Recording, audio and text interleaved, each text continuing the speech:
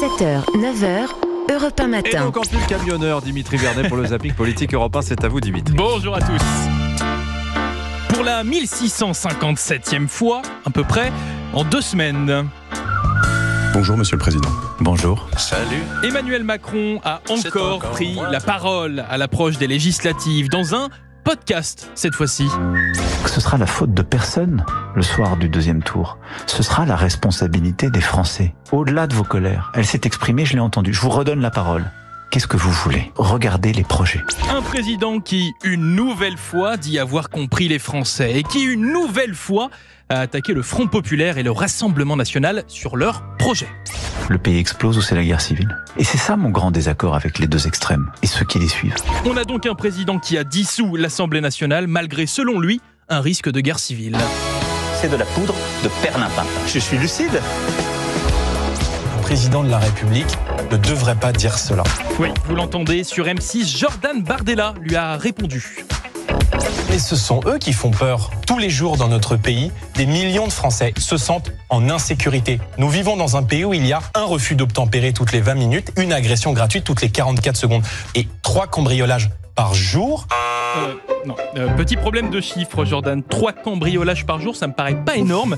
C'est plutôt un cambriolage toutes les 3 minutes. Ah oui. Bref, dans cette interview, on en a également appris un peu plus sur Jordan Bardella.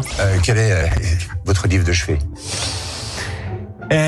Je dirais L'étranger d'Albert Camus. Bon, n'en reste pas moins que je suis en train d'écrire un livre qui prend évidemment un petit peu de retard avec la campagne et que j'entends publier à la rentrée. Pour écrire, il faut savoir aussi lire des livres, vous l'avez dit. Oui, et pour marcher, il faut avoir des pieds. C'était vraiment très intéressant. Sur France 2, c'est Jean-Luc Mélenchon qui était invité. Et le leader insoumis a tenu à clarifier les choses. En cas de victoire du Front Populaire, non, il ne sera pas Premier ministre. Je crois qu'il y a un malentendu absolu depuis le début. Je vais vous le redire et je demande que tout le monde m'entende. Je ne suis candidat à rien. Est-ce que c'est clair ? Est-ce que c'est clair ? Bien, on écoute la suite. On m'a posé une question. On m'a dit, est-ce que vous allez être Premier ministre ? J'ai dit, je ne m'élimine pas. Si c'est moi qui dois être Premier ministre, admettez que je suis peut-être pas le moins mal placé pour exercer cette fonction. Oui, je l'exercerai de telle et telle manière. Mais je pense que je suis un atout. Parce que j'ai quand même fait 22%. Je voudrais bien qu'on comprenne mon idée.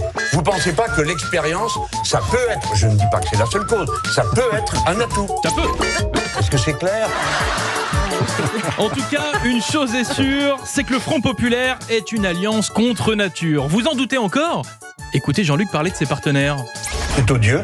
Qu'ai-je fait ? Pourquoi je serais le seul homme de gauche mis à l'oukase par qui, s'il vous plaît ? Par monsieur François Hollande, qui a détruit la gauche ? Par qui ? Par monsieur Glucksmann, qui nous a battus de 3 points, que j'ai dû payer de 100 circonscriptions ?